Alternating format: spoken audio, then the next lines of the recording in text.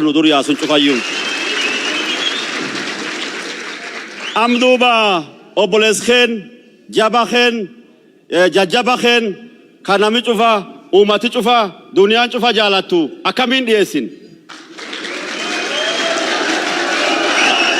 aya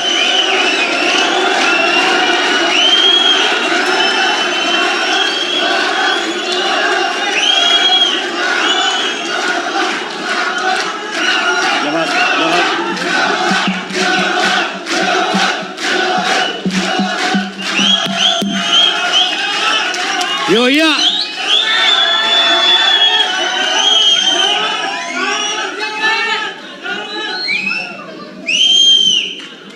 Yoya. Akkam ooltan? Nagaa jirtanii? Biyya tana beeyta amma durallee dhufe dhokadheetiin dhufe. Maqaa fuula jijjiirradhe. Baga maqaa fi fuulanillee walitti baane.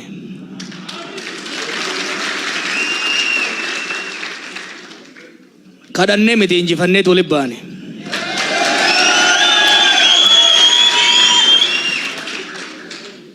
Warra nu dhoyse boolla dhoysa darbineetiif abbaane. Lafatti as hin geenne taphatti as hin geenne goota akka jaatanii aliifaa wareeyneet as geenne.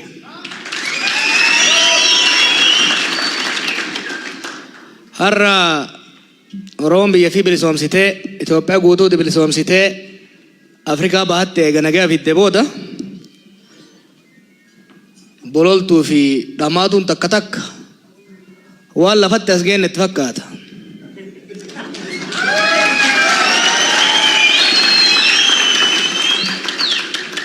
Hunda dura hawaasni keenya kan Naayiroobi, Oromoonni Keeniyaa keessa jirtan, hawaasni Soomalee, hawaasnummaan hundumtuu qophii bareedaa kana qopheessitanii asii wal arguu keenyaaf hedduu galatooman jedha. Akkasumas mootummaan Keeniyaa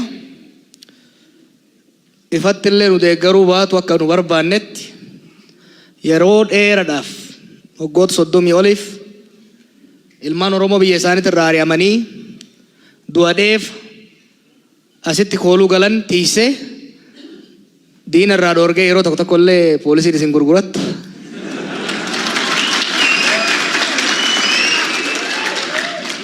Akka mootummatti garuu mootummaan Keeniyaa gaafa rakkoo san fira keen ture har'a immoo firummaa qofa miti tokko taanee naannoo kana nagaa waliin finnaa galatoomaan jedhan.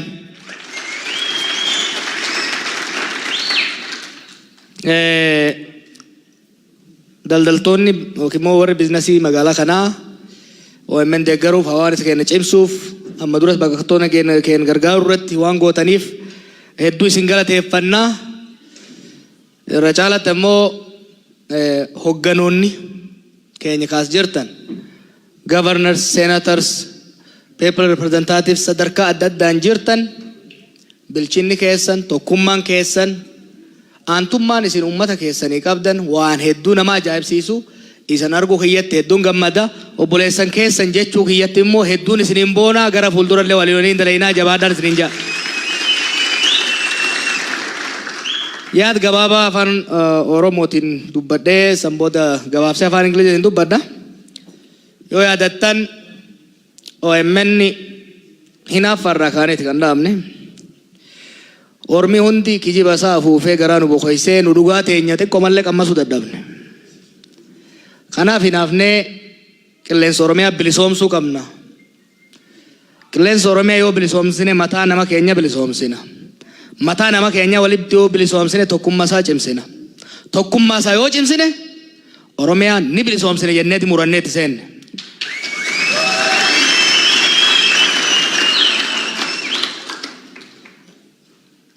Hinaaffaa alagaa murannoo saba keenyatii fi abdii rabbii qofaan dhaadaddaa itti seenne beeytanii gaafas. Kanaaf OMN waggoota 4-5 dabre kana keessatti sagalee uummata cunqurfamaa biyya keenyaa ta'uudhaan madda dhugaa ta'uudhaan olola diinaa cabsuudhaan diina guddaa wayyaanee ka biraadhiisi Obaamaanu bakkaan sochootu jedhee kijibaan faarse san dhukkee itti rarree biyya teenya bilisoomsuu dandeenya jirra.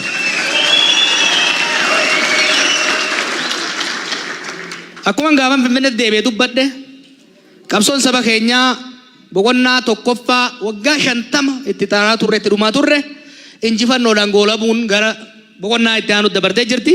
Boqonnaan itti aanu boqonnaan duraa ka sirna abbaa irree barbadeessuu fi awwaaluti.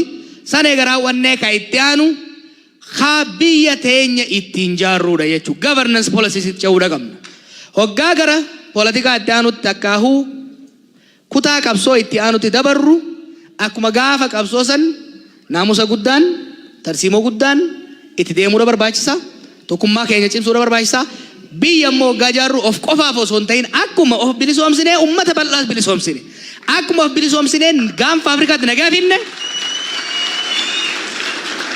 Biyya hoggaa jaarru biyya jaaruu jechuun sirna dimokiraasii gadi jaaruudha. Biyya jaaruu jechuun bilisummaa gadi cimsuudha. Biyya jaaruu jechuun nagaa buusuudha. Biyya jaaruu jechuun misooma jechuudha. Misooma Oromoon kophaatti hin duroomtu. Somaalee malee kophaatti hin duroomtu. Amaara malee kophaatti hin duroomtu. Oromoon Itoophiyaa bilisa baafte tun Itoophiyaa dimokiraatessuudha qabdi. Bilisummaa itti fiduudha qabdi. Dimokiraasii misoomni Itoophiyaa immoo misoomaaf dimokiraasii nagaa Keeniyaatiin alatti hin ta'u. Kanaafuu kutaan itti aanu itti qabsoo itti aanu wanni guddaan hojjetamuu qabu nagaa nu jidduu fi nagaa ollaa misooma keenyaa fi misooma ollaa walitti hidhuudhaan deemuudhaaf jechuudha. Kanaaf OMN gaafa Minnesotatti jaarru qilleensa Oromiyaa bilisoomsinee uummata keenya bilisoomsuudhaaf. OMN Naayiroobitti hoggaa bannu kaayyoo lama qabanneeti. Kutaa qabsoo kutaa lammaffaa the second phase of the struggle waan ta'eef. Achi keessatti OMN kan bannu waan lama bakkaan ga'uudhaaf. Tokko hawaasni keenya kan Keeniyaa keessa jiru ka afaan kana dubbatu. Mombasa irraa hamma reediyoon tun dhagamuu dandeessutti Keeniyaa keessa jiru kun hundi afaan tokko dubbata. Seenaa tokko qaba. Waliin cunqurfama, waliin marginalized ta'a. Waliin beeku, waan walii quban qabu. Hunduu moggatti bakkuma bakkoota adda addaan jira. Kanaaf aadaansaa, afaansaa, eenyummaansaa, dantaasaa akka walii baratu. Miidiyaa kana qabannu ummata Oromoo, ummata afaan Oromoo dubbatu ka Keeniyaa keessa jiru cufaafi jechuudha. Tokko isaan humneessuuf isaan cimsuuf. Ummanni Northern Frontier jedhamu kuni yeroo dheeraadhaaf rakkoolee keessa jiru kana at least gama miidiyaatiin ofirraa himate reefu gafannan maal jee miidiyaa kumaatamatu magaalaa kana jira jee. Ka ummata kana walii hidhu garuu deengadda ka asliin faasana eegalan saniin alatti hin jiru. Kanaaf miidiyaa kana asitti fidnee ummanni keenya kun akka wal baratu akka wal qabatu tokkummaa isaa akka cimu dantaasaa immoo biyya tana keessatti akka eegsifatu humna itti horuufi tokkoffaan kana. Kalammaffaa ummat keenya kaas jiruu fi ka Itoophiyaa keessa jiru bakka adda addaa jiru walitti hidhuu barbaanna. Maaliif Ali Waariyoo kun yeroo lama OMN irra dhiyaate Minnesota dhufe amma namni keenya ka Oromiyaa jiru hundi Oromoo keenya yettan Ali Waariyoo dubbata. Agartanii? Kanaaf ummanni keenya Ali Waariyoo hedduun Keeniyaa keessa akka jiran ummanni Harargee, ummanni Wallaggaa, ummanni Shawaa, ummanni Baalee akka beeku barbaanna. Hin barbaaddanii? Hin barbaaddanii? Diinni addaan nu facaasemi? Diina sana ofirraa cabsineemi? Amma ummata keenya walii hidhuun qabnu ree?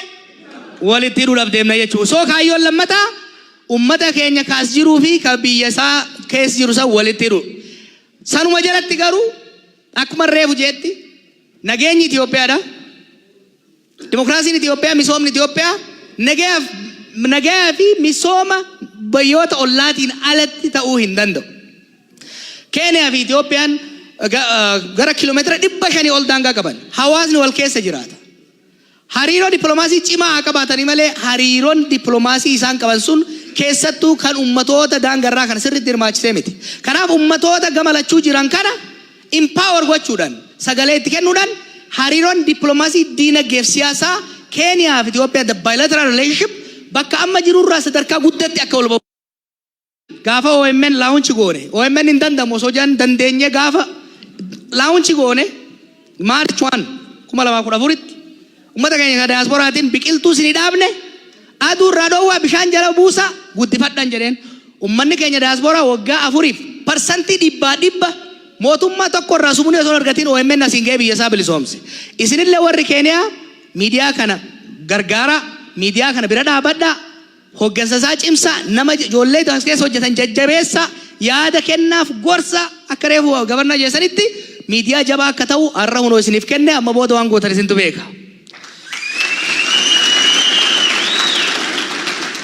Osoon hin finne waan tokkoon jechuu barbaada. Waggoota dabre kana keessatti ummata keenya wal nyaachisa turan. Keessattuu lolli Somaaleef Oromoo jidduu godhame the most senseless and the stupidest of all wars.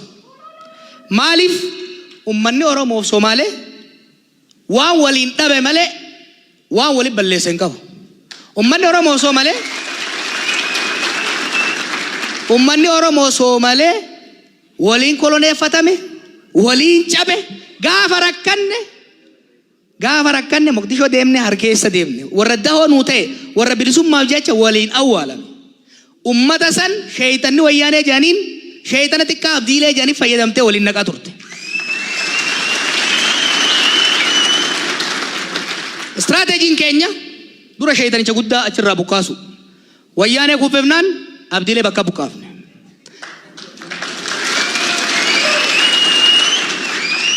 Amma qabbanti buutee jirti. Lolli daangarraa dhaabatee jira. Lola dhaabuu qofa miti kaayyoon keenya. Kaayyoon keenya ummata kana lamaan jidduutti nagaa buusuu qofa osoo hin taane ummanni lamaan kun cimee utubaa guddaa ta'ee gama diinagdeetiin Moqdishoo irraa hamma Finfinneetti Jibuutii irraa hamma Naayiroobiitti wal qabatee waliin akka ka'u halkanii guyyaa irra hojjetaa jirra.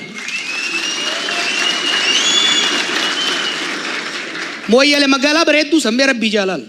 Magaalaa bareedduu san gateway nuuf biyya alaa kamittuu kan geessu Mooyyale. Magaalaa vibrant taate san kontirobaandii koloneelota wayyaanee lamaa jecha ummata keenya Booranaa fi Garrii wal ficcisiisaa turan.